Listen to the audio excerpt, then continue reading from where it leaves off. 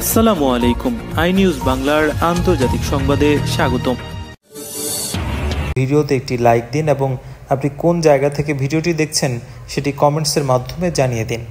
অতীতে শান্তিতে নোবেল পুরস্কার পেয়েছেন 4 মার্কিন প্রেসিডেন্ট। তারা হলেন Theodore Roosevelt, Jimmy Carter, Woodrow Wilson এবং বারাক ওবামা। এবার ডোনাল্ড ট্রাম্পও নোবেলপ্রাপ্ত মার্কিন প্রেসিডেন্টের তালিকায় নিজের নাম লেখাতে চান। ইতোমধ্যে বেশ কয়েকবার তিনি বিভিন্ন জনসমাগমে নিজেকে নোবেল পুরস্কারের জন্য যোগ্য দাবিদার হিসেবে উল্লেখ করেছেন। মঙ্গলবার জাতিসংঘ সাধারণ পরিষদের ৮০তম অধিবেশনে বিষয়টি উত্থাপন করেন তিনি। ট্রাম্পের ভাষায়, সবাই মনে করেন আমার নোবেল পুরস্কার পাওয়া উচিত। রুশ ও জাপানিজ যুদ্ধ থামিয়ে ১৯০৬ সালে Theodore Roosevelt league of Nations গঠনের স্বীকৃতিস্বরূপ ১৯১৯ সালে উড্রো উইলসন আন্তর্জাতিক শান্তি এবং গণতন্ত্রে অবদানের জন্য, ২০০২ সালে জিমি কার্টার এবং আন্তর্জাতিক কূটনৈতিক ও সহযোগিতা সম্প্রসারণের বিশেষ অবদানের জন্য ২০০৯ সালে বারাক ওবামা নোবেল শান্তি পুরস্কার পান। মঙ্গলবার ইউএনজি এর ৮০তম অধিবেশনে ট্রাম্প দাবি করেন তিনি এ পর্যন্ত ৭টি যুদ্ধ থামিয়েছেন।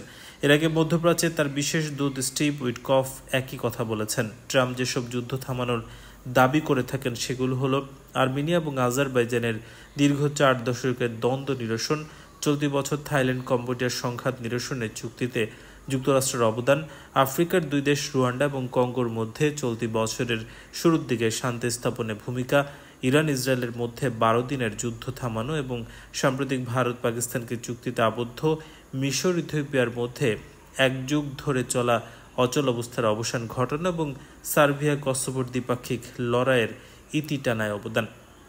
ফরেন পলিসির এক নিবন্ধে ড্যামিয়ান মার্ফি লিখেছেন, দ্বিতীয়বারের মতো ক্ষমতায় বসে মাত্র ৮ মাসে ট্রাম্প যত ক্ষেপণাস্ত্র হামলা পরিচালনা করেছেন, জো বাইডেন ৪ বছরের ক্ষমতাকালেও এত বেশি ক্ষেপণাস্ত্র ব্যবহার করেননি। তিনি ট্রাম্পের ৭টি যুদ্ধ থামানোর দাবিগুলো খণ্ডন করেছেন।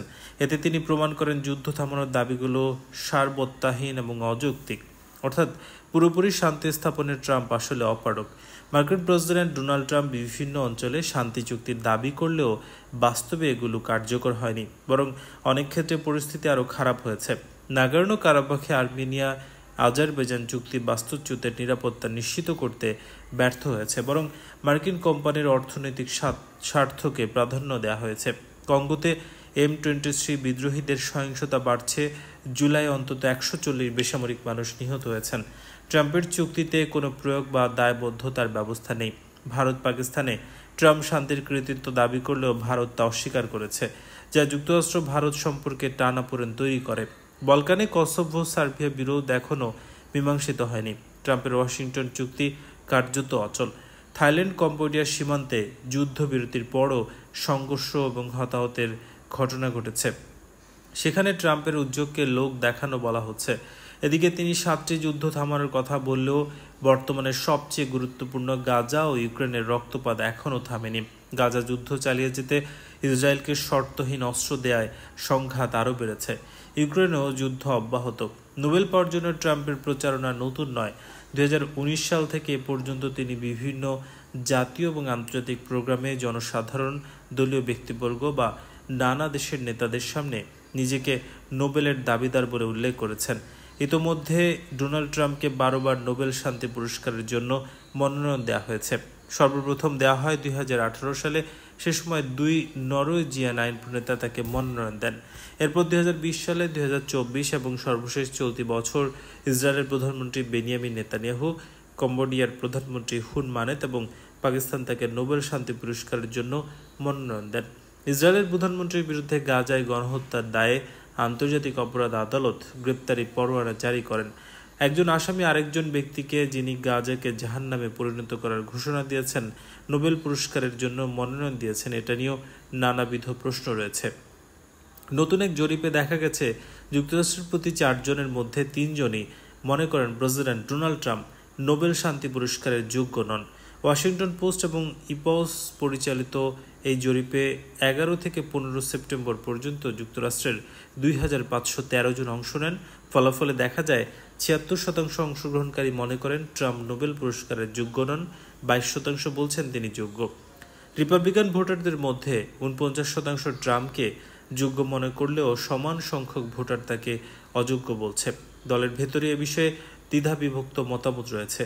জরিপে আরও দেখা যায় 60% অংশগ্রহণকারী রাশিয়া ইউক্রেন যুদ্ধ মোকাবেলায় ট্রাম্পের ভূমিকা নিয়ে অসন্তুষ্ট। 58% ইসরায়েল গাজা পরিস্থিতি সামলানোর তার পদক্ষেপকে সমর্থন করেননি। গাজা ইসরায়েলের বর্বরতা এ পর্যন্ত 65,000-এর বেশি মানুষ মারা গেছেন, লাখ লাখ মানুষ বাস্তুহারা হয়েছে। ফরাসি প্রেসিডেন্ট ইমানুয়েল ম্যাক্রো বলছেন, ট্রাম্প যদি সত্যিই নোবেল শান্তি পুরস্কার জিততে চান তবে গাজা যুদ্ধ থামাতে হবে। জাতিসংঘের 80তম সাধারণ অধিবেশনে যোগ দিতে নিউ ইয়র্কে থাকাকালে তিনি এ মন্তব্য করেন। নোবেল শান্তি পুরস্কার তখনই সম্ভব যদি এই যুদ্ধ বন্ধ হয়। তাই ইসরায়েলি সরকারকে গাজায় সংঘাত থামাতে চাপ দেওয়া জরুরি। তিনি আরও বলেন, এর জন্য শুধু রাজনৈতিক সদিচ্ছাই যথেষ্ট নয়।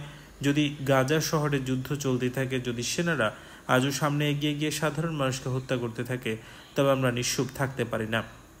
ম্যাক্রো বলেন, ইসরায়েলের বর্তমান নীতি কোনো পরিকল্পনা নয়, বরং নিজেদের জনগণকে অবিরাম যুদ্ধের মধ্যে ঠেলে দিয়েছে। যুক্তরাজ্যের সারে বিশ্ববিদ্যালয়ের অধ্যাপক মার্ক সেনায় নিউজউইককে বলছেন, ট্রাম্পের মন্ত্রিসভা হলো চাটুকারিতার এক মহড়া। সেখানে প্রতিটি সদস্যই চেষ্টা করে অন্যদের ছাড়িয়ে গিয়ে প্রেসিডেন্টের পায়ের কাছে প্রশংসায় ভাসাতে। ডোনাল্ড ট্রাম্প ইউক্রেনের চলমান নিষ্ঠুর যুদ্ধ থামাতে খুবই সামান্য কাজ করেছেন, অথচ তিনি গাজায় নেতানিয়াহুর সর্বাত্মক যুদ্ধকে সমর্থন জুগিয়ে যাচ্ছেন।